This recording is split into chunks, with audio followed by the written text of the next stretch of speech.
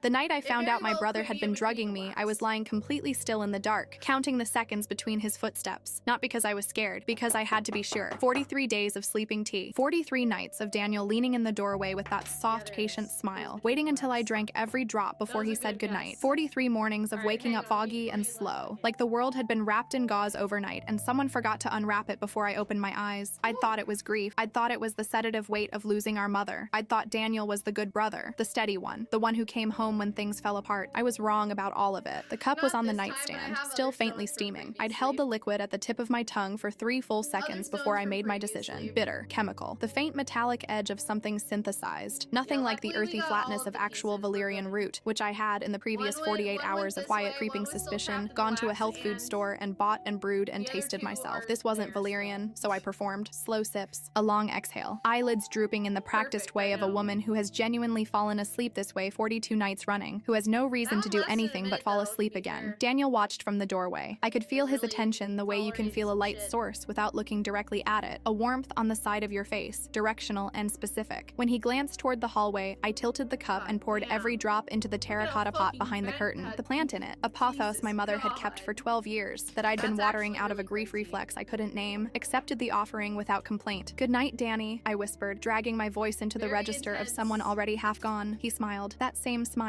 the one I'd been reading as kindness for 6 weeks. "Good night, little sister." His footsteps moved away down the hall, slow, unhurried, like a man who knew exactly how the next 8 hours would go. I lay still for 15 minutes and counted every second. My name is Mara Calloway. I'm 28 years old, a paralegal at a mid-sized firm in Columbus, Ohio, and I had been living in my mother's house for 6 weeks when I discovered that my brother had hidden a room inside it. I need to tell you about my mother first. Margaret Calloway died on a Thursday in October. Lung cancer, diagnosed 14 months prior, managed and then not managed, and then finally not manageable. She was 63. She had kept her garden going through 2 rounds of chemotherapy, with the focused stubbornness of a woman who was not willing to cede any territory she didn't have to. In her last week, she communicated mostly through pressure, the grip of her hand on mine, the turn of her face, the effort of focusing her eyes when she wanted me to understand something. On the second to last day, she gripped my hand so hard the knuckles went white and pointed, with one finger down at the floor. Just down, just the floor. And she said, with the last significant breath she spent on words that weren't about comfort or love or goodbye, "Never drink anything you didn't see being prepared." I held her hand and I said, "Okay," and I thought she was confused. The hospice nurse, a woman named Carolyn Parks, who had been doing end-of-life care for 16 years and who I came to trust completely in those final weeks, had told me that the near-death brain sometimes produces vivid, functional-seeming communication that isn't connected to present reality. My mother had been somewhere between this world and elsewhere for days. I thought it was grief, confusion, the mind releasing things at random. It wasn't. My brother Daniel is 34, 6 years older than me, which meant that for most of my childhood, he existed in a different social universe. High school when I was in elementary, college when I was in middle school, building a career in real estate development when I was still figuring out what I wanted to be. We were close the way siblings can be when they don't overlap enough to fight. Warm, a little formal, affectionate at holidays. He'd been in Phoenix for 5 years. He came back for the diagnosis, and he came back for the end. And when our mother died, he said he was staying to help settle things, to help me. I believed him because he had always been, when present, a reliable person. He was also, I would learn, a person who had been planning this for considerably longer than 14 months. The estate was simple on the surface. The house, paid off, assessed at $340,000 in the current market. A savings account with $28,000. Life insurance policy, modest, $50,000, split equally between us by named beneficiaries, so that part was clean and untouchable. And a secondary investment account, opened in 2019, that our mother had never mentioned to me. I found out about the investment account because Daniel mentioned it casually at dinner 3 days after the funeral, in the way of someone testing a door to see if it opens. Said mom had been diversifying in her later years, said there were some assets to sort through, said we'd probably want to sit down with an estate attorney together as a family to manage the transition. I said sure, of course, whatever needs to happen. I started sleeping badly 2 nights later. Daniel started bringing the tea the night after that. Here is the precise sequence of the things I noticed before I knew what I was noticing. Week 1. The tea made me sleepy faster than I expected. I told myself this was because I was exhausted, and I was exhausted, genuinely and completely, the way you are after 6 months of watching someone die and the weeks of administrative death that follow it. I told myself valerian worked differently for different people. The morning fog I chalked up to grief. I slept 11 hours the first night. I'd been sleeping 5. Week 2. I noticed I was waking up in the same position I'd fallen asleep in. Not the tossed, restless aftermath of difficult sleep, but the still, flat, arranged position of someone who had not moved all night. I am not a still sleeper. I never have been. I mentioned this to Daniel over breakfast, not as a concern, just as a curiosity, and he said the valerian probably relaxed my nervous system more completely than OTC sleep aids, that he'd read about this, that it was normal. I said, huh, interesting. I had another cup of coffee. I went back to sorting through my mother's paperwork. Week 3. I couldn't find the investment account statements. I'd seen a folder in my mother's desk labeled Hartwell Financial 2022 that I'd set aside to review. When I went back for it, it wasn't where I'd put it. I searched the desk twice, then the filing cabinet, then the entire office. I mentioned it to Daniel. He said he hadn't seen it. He said Mom's paperwork was everywhere, that it would probably turn up. It did not turn up. I told myself I'd misfiled it. I tell myself things like that when the alternative explanation is one I'm not ready to look at directly. Week 4. I woke up at 3 a.m. with no memory of the previous 6 hours and found that the lamp on my bedside table was on. I always turned it off before I slept. I am particular about this. I cannot sleep with a light on. Never have been able to. I would not have left it burning. I lay in the lit room for a while and felt a cold and shapeless wrongness that I couldn't resolve into a specific thought. The next morning, I asked Daniel if he'd come in during the night. He said he'd checked on me around 10, that I'd seemed like I was having a restless night, that he'd turned the lamp on low so I wouldn't be disoriented if I woke up. His explanation was perfect. That's what I remember most about it. It answered every element of what I'd observed and produced a reasonable alternative cause. It was the explanation of someone who had pre-built answers for exactly the questions that would be asked. I told myself he was taking care of me. Week 5. I went to the health food store. I bought valerian root, brewed it the way the package described, tasted it carefully, the way you taste something when you're trying to build a reference point. Earthy, slightly musty, the faint grassiness of dried plant matter. Unpleasant in the functional way of things that are medicinal rather than enjoyable. Then I thought about Daniel's tea. Bitter, chemical, metallic. I sat in my car in the parking lot of the health food store for 20 minutes. Then I drove home and didn't say anything. And that night I accepted the cup from Daniel with both hands and a grateful smile, and I began to plan. The night I held the liquid at the tip of my tongue, a Thursday, 9 days after the health food store, I had done 3 things in preparation. I had downloaded a recording app onto my phone and set it to activate on sound. I had moved my phone to the corner of the nightstand where the lamp cast a shadow, so it wasn't visible from the doorway. And I had written a note, physical, handwritten, that was folded inside my pillowcase. The note contained the name and direct number of my supervisor at the law firm, a woman named Andrea Voss, 14 years in estate and family law, and the word emergency underlined twice. I am a paralegal. I know how evidence works. I know that the time between suspicion and certainty is when you build your documentation, not after. I lay still for 15 minutes after Daniel's footsteps faded, counted every second with the focused precision of someone who cannot afford to move too early or too late. At the 11-minute mark, I heard his bedroom door, not close, but creak slightly, the way it does when someone is moving carefully and almost succeeds. At exactly 9 o'clock, the floorboards in the hall spoke. 1, 2, 3, 4. His particular weight, his particular stride. My door opened. I kept my breathing at sleep depth, long and slow and regular. The lamp was off. I heard him take 2 steps into the room and stop. He wasn't carrying a cup. I knew this because I heard neither the soft click of ceramic on my nightstand nor the particular quality of silence that fills a room when someone is holding something. He was holding nothing, or something that made no sound. A key, long, black, old teeth. I only know this because I saw it later. I didn't see it that night. I was playing a dead woman, but I heard him move to my bedside table, heard the bottom drawer open, heard the specific sound of cloth being unwrapped from around something small and glass. Then I felt him lean over me, 2 fingers pressed to the side of my neck. My pulse was elevated. I don't know how it registered as sleep normal. Maybe adrenaline produces a different signal than fear, or maybe I was simply lucky, or maybe he was confident enough by week 6 that he wasn't really checking, just performing the ritual of checking. He straightened, moved away. I heard him move to the wall beside the wardrobe, heard his fingers trace the surface. A soft, dragging sound, methodical, searching, and then a quiet click, mechanical and precise. Unlike anything I'd heard this house make in 28 years of knowing it, the wall moved, not a door. Something flush and seamless, painted to match, invisible unless you knew exactly where the seam was. A panel, and beyond it, before it closed, the distinct smell of somewhere enclosed and old, and Daniel's voice, quieter than I'd ever heard it, directed into the dark on the other side. She's asleep. A second of silence. Then the panel clicked shut. I was upright before the echo finished. My legs were shaking so hard I gripped the mattress edge for 3 full seconds before I trusted them to hold me. I breathed through my nose, counted. The way you do when you need your body to come back online before your mind catches up with what it just understood. My mother's hand on mine, her finger pointing at the floor. Never drink anything you didn't see being prepared. Not confusion. A warning. The seam in the baseboard was visible once I knew to look for it. A hairline gap, straight and deliberately cut, running 18 inches along the wall beside the wardrobe. I found it with my fingertips, pressed. The click was identical to the one I'd heard Daniel produce, and the panel swung inward on a spring mechanism that had been maintained, I would later learn. With the same WD-40 regularity a person gives a door hinge they want kept silent, the smell hit me first. Mold, dust, the specific damp hold of a space that doesn't breathe, and underneath it, cutting through, chlorine, sharp and recent, something cleaned hard in a space that hadn't been ventilated afterward. downward, the smell of something removed. I turned on my phone flashlight at the lowest setting and went down. The stairs were narrow, single file, low ceiling, bare concrete, 8 steps. My hands were shaking and I pressed the left one flat against the wall to steady myself, and that's when I felt the writing. I stopped, moved the flashlight. Names, dates, arrows pointing down. Handwriting I didn't recognize on the left side. Handwriting I did recognize. My mother's unmistakable, distinctive forward slant near the bottom. A date beside it. And beside that date, a single word underlined 3 times. No. The metal door at the bottom was cracked open. Yellow light bleeding through the gap. I stood outside it for what felt like a long time and was probably 4 seconds. Then I pushed it. Shelves, folders, storage boxes arranged with the neat deliberateness of someone who organizes things they plan to return to. A folding table with a lamp, a laptop, lid closed, and photographs, printed, not digital, pinned to a corkboard on the far wall with the methodical grid of someone curating a study. Photographs of my bedroom, my bed, me, asleep, time-stamped in the lower right corner. 11 of them, spanning 6 weeks. I pressed my hand over my mouth, kept it there. On the table was an open folder. The cover read in Daniel's handwriting, neat, architectural, the hand of a man who had once wanted to be an engineer. Property, inheritance, documents,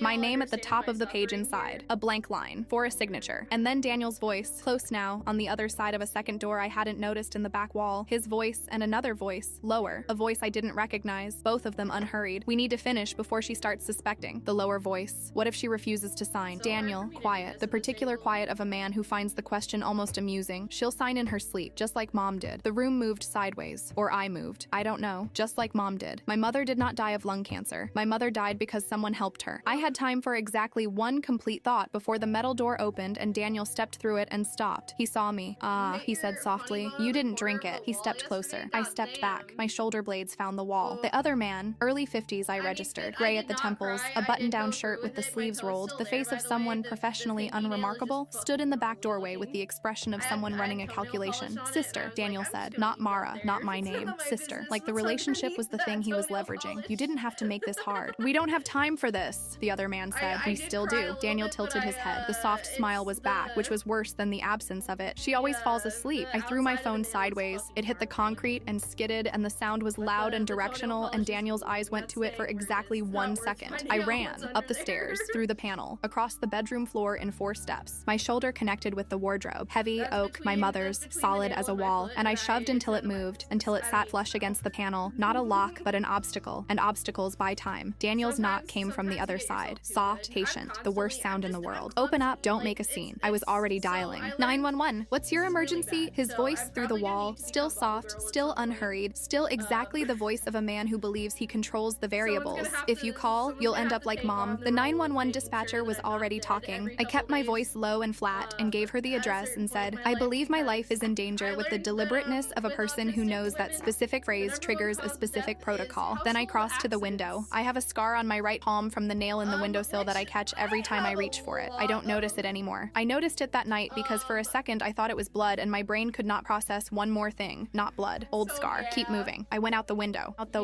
8 feet to the grass, which is not far, and a rolled ankle on landing, which is exactly what you'd expect, and the cold of October air on bare arms after 6 weeks of sedated warmth, which hit me like a replacement for everything I'd been numbed against feeling. Behind me, in the room, the lock broke. I was already in the street. The first officer arrived at 9:23 p.m. I know because I was sitting on the curb across from my mother's house in bare feet, phone in my hand, when the squad car came around the corner, and I'd been watching the clock in the upper right corner of my phone screen with the specific focus of someone who needs something concrete to look at. Officer Janet Cole, 4 years on the force, took my statement in the back of the squad car while her partner secured the perimeter. She was young enough that I could watch her calibrate between grieving woman in crisis and credible witness describing a crime in real time. She landed on the second one after about 90 seconds. When I produced the recording from my phone, sound-activated, 47 minutes of audio that began with the mechanical click of my bedroom door and ended with my ankle hitting the grass, and played her the section where Daniel's voice said she'll sign in her sleep, just like Mom did. She stopped writing, listened to the whole thing. Then she got out of the car and made a call. Detective Raymond Walsh, 12 years in the Homicide and Financial Crimes Joint Task Force, arrived at 10:08 p.m. He was tall, unhurried, with the permanent slight squint of someone who has spent a career looking at things closely. He shook my hand, asked if I needed medical attention for the ankle, and when I said no, he sat down across from me at my mother's kitchen table, which had been, in the intervening 40 minutes, transformed into a scene, and opened a notepad. "Walk me through the 6 weeks," he said. "Everything. Start with the T." I walked him through everything. Daniel was arrested at the end of our street at 10:17 p.m. He'd walked, apparently, rather than run, still holding the key. Detective Walsh showed me the booking photograph later, and I studied it for longer than was probably useful, trying to find the brother I'd grown thrown up next to somewhere in the face of the man who'd spent 6 weeks sedating me and 47 days of photographs deciding exactly how long it would take. I found him. He was still in there. That was the worst part. The other man, Raymond Walsh, identified him within 48 hours as a man named Gregory Tate, 51, a notary public and document specialist with a suspended license in Pennsylvania and an active warrant in West Virginia for fraudulent estate filings, was apprehended at a motel 6 miles away. He had in his possession 2 folders of signed estate documents, a portable notary kit, and a laptop containing templates for 7 additional inheritance transfers. My mother's name was in those templates, with a signature. Here is what Detective Walsh's investigation established over the following 11 weeks, with the particular methodical clarity of a man who was genuinely angry and had learned to channel it into precision. The investment account at Hartwell Financial, the one opened in 2019, the one Daniel had mentioned at dinner, had been transferred into Daniel's name 11 days after my mother was admitted to hospice care. The transfer paperwork bore my mother's signature. The Hartwell account manager, a woman named Sandra Cho, 9 years in private wealth management, told investigators she had processed the transfer as standard and had had no reason to doubt the documentation. When Detective Walsh showed her the hospice records, which established that my mother had been on continuous IV morphine management for the 4 days surrounding the transfer date and had not been ambulatory, had not left the facility, and had not, according to the attending physician, Dr. Kevin Okafor, been capable of informed consent for any financial transaction, Sandra Cho went completely white. That signature, she said, was produced by someone else. The Hartwell account had contained $217,000. It was now in an account in Daniel's name in Phoenix and had been reduced over the subsequent months by $89,000 in withdrawals. My mother's death certificate listed cause of death as respiratory failure secondary to lung cancer. This was accurate as far as it went, but Dr. Okafor, who had been her attending physician for the final month and who Detective Walsh interviewed at length, noted that she had deteriorated significantly faster in her final 10 days than her condition trajectory had predicted. He had attributed this to the natural variability of end-stage disease. In light of the investigation, he submitted a request for toxicological review of retained tissue samples. The results, which came back 6 weeks into the investigation, identified elevated levels of a sedative compound consistent with the pills found in the hidden room, not a killing dose, a compliance dose, administered over days, enough to render a dying woman more tractable, more willing, too far gone to remember, or to tell anyone who would believe her. The detective called me when those results came in. He had a habit, I'd noticed, of calling me before the formal notifications went out, not because procedure required it, but because he had decided, somewhere in the first week, that I was owed the information in real time. The tox results support criminal charges in your mother's case, he said. The DA has been briefed. This is going to expand significantly. I sat in my car in the parking lot of the law firm where I worked, in the middle of a Tuesday, and held the phone against my ear after the call ended for a while. My mother had known. She hadn't been confused. She'd been communicating the only way she had left, through the last grip of a hand, through the only warning she could still deliver. She'd known what was in her system, and she'd known who put it there, and she had spent the last directed breath of language she possessed trying to protect me. She did protect me. Andrea Voss, my supervisor, 14 years in estate law, the woman whose number I'd written in the note inside my pillowcase, became, in the weeks following Daniel's arrest, both my professional advocate and something closer to a guide through the specific wilderness of what happened when a person you loved was also a victim of a crime you didn't know about while it was happening. She connected me with a victim's advocate through the DA's office, a woman named Patricia Huang, and Patricia became the third person in my small network of professionals I trusted completely. Patricia had 15 years of experience walking families through exactly this, the intersection of grief and investigation, the place where mourning and evidence collection have to happen simultaneously, which is one of the more brutal experiences a person can have. You're allowed to be both, she said in our first meeting, grieving and angry and a witness. You don't have to pick. I hadn't known I needed someone to say that out loud. The estate proceedings were complicated and slow. Andrea filed for emergency injunctive relief on the Hartwell account within 3 days of Daniel's arrest, which froze the remaining $128,000 pending the outcome of the criminal case. The fraudulently transferred property, a rental in Phoenix, purchased with funds from the account, became subject to a civil recovery action that Andrea expected to resolve in my favor, though slowly. These things take time, she said. I know that's not what you want to hear. I know how estate litigation works, I said. I sit outside your office. She smiled briefly. Then you know that patience is the whole job. I was patient. I had practice. I'd been patient for 6 weeks of tea. The preliminary hearing for Daniel was held on a Tuesday in January. I didn't have to attend, but I did, because I needed to be in the room when the charges were read aloud in front of a judge and a record, and people whose job it was to take them seriously. Criminal fraud, elder financial abuse, conspiracy to commit forgery, unlawful administration of a controlled substance. The pills from the hidden room had been identified as flunitrazepam, a sedative with significant compliance-inducing properties, not available over the counter, not available in a health food store, requiring a prescription that Daniel did not have and had obtained through Gregory Tate's network. The prosecution added, pending the toxicology review, a charge charge of aggravated assault of a vulnerable adult. In my mother's case, they were reviewing the possibility of something worse. I won't name it yet. I can't. There are things you say only when the evidence is complete and the record is official and the word means what it needs to mean. Daniel's defense attorney entered a not guilty plea. I watched Daniel's face when the charges were read. He didn't look at me. That was the moment I understood that whatever I'd been hoping to find in his face, remorse, recognition, something human enough to account for the brother I'd believed I had, wasn't available. The man who'd handed me tea for 6 weeks with a soft smile had not been caring for me. He'd been managing me. There's a difference. I know it now in a specific cellular way that I will probably spend years processing. Detective Walsh stopped beside me outside the courtroom afterward. "You're going to hear a lot of these proceedings before it's over," he said. "You doing okay?" "Getting there," I said. "You know what stopped this?" "It wasn't a question. She stopped it," I said. "She warned me." I was slow to listen, but she warned me. He nodded once, left me to it. The hidden room was documented, photographed, and processed over 4 days by the forensic team. Every surface, every folder. The corkboard with 11 photographs. Those were logged as Exhibit G in the criminal filing, individually dated and sequenced. The pills, 14 remaining in the small glass bottle, exact pharmaceutical composition matched and documented. The laptop, which contained, among other things, a timeline Daniel had written for himself. Week 1-2, establish trust, routine. Week 3, introduce signing context. Week 4-5, document compliance. Week 6, complete transfer. I was in week 6. The detective called it meticulous. He said it like a man who found the word inadequate but had no better one available. The wall itself, the panel, the spring mechanism, the hidden stairs, turned out to have been there before Daniel. A previous owner in the 1960s had built it as a Cold War-era shelter. My mother hadn't known about it as far as anyone could determine. Daniel had found it during a visit 2 years ago, on a day I know about because he'd called to tell me he was coming to help Mom with some structural repairs. I'd thought nothing of it. He'd been planning this for 2 years. He'd been my brother for 34. There are things I've had to live alongside that I didn't expect. I expected the anger. I expected it to be enormous, and it was, and it remains, in a steady, low-register form that I've learned to recognize and work with rather than fight. Patricia Huang described it as a reasonable response to an unreasonable situation, which is the most useful single sentence I've encountered in 11 months of processing this. I didn't expect the guilt. Not for what happened. I know now, in every analytical and legal sense, that nothing that happened to my mother or to me was my failure, but the guilt of the 32 nights I drank that tea. Of the morning I found the lamp on and believed the explanation. Of the drawer I left unlocked, the folder I didn't copy before it disappeared, the weeks I told myself it was grief and not something worse. Dr. Ellen Marsh, my therapist, 19 years in trauma-informed practice, with a directness I find more useful than softness, has a specific thing she says about this. Guilt requires agency. You didn't have the information you would have needed to act differently. The moment you had it, you acted immediately. I recite this to myself sometimes. It helps on some nights more than others. My mother's estate, 6 months after the criminal proceedings began, was legally returned to its intended state, to me, as her named heir, with the exception of the costs of recovery, which the civil action is slowly addressing. The house on Maple is mine. I've been renovating it, slowly. I painted the room that was the hidden room, the space below, once it was cleared and documented and released. White, bright white, good paint. I put a lamp in it. I'm not sure yet what the room becomes. I've been using it as storage for now. I go down there sometimes with a cup of coffee and I look at the white walls and I think about what it cost to make the space clean. It cost my mother her warning. It cost me 6 weeks of sleep. It cost Daniel everything. Daniel pled guilty in September to 4 of the 7 charges, including elder financial abuse and unlawful administration of a controlled substance. The aggravated assault charge, in my mother's case, is still pending the completion of the toxicological review. His sentencing is scheduled for spring. Gregory Tate pled guilty in August. He is currently serving a 22-month sentence in West Virginia, where the pre-existing warrant was adjudicated first. The Hartwell account funds, $128,000 minus legal fees, were returned to the estate. The Phoenix rental is still in civil proceedings. I kept the plant. The pothos that accepted 42 nights of sedated tea without complaint, that I've been watering with ordinary water since October, that has grown, in the months since, with the aggressive and slightly alarming vitality of something that has been given back normal conditions after a long time without them. It's trailing across the windowsill now, down the wall, further than I expected. Things grow in the direction of light. It takes them a while to find it sometimes, but they do.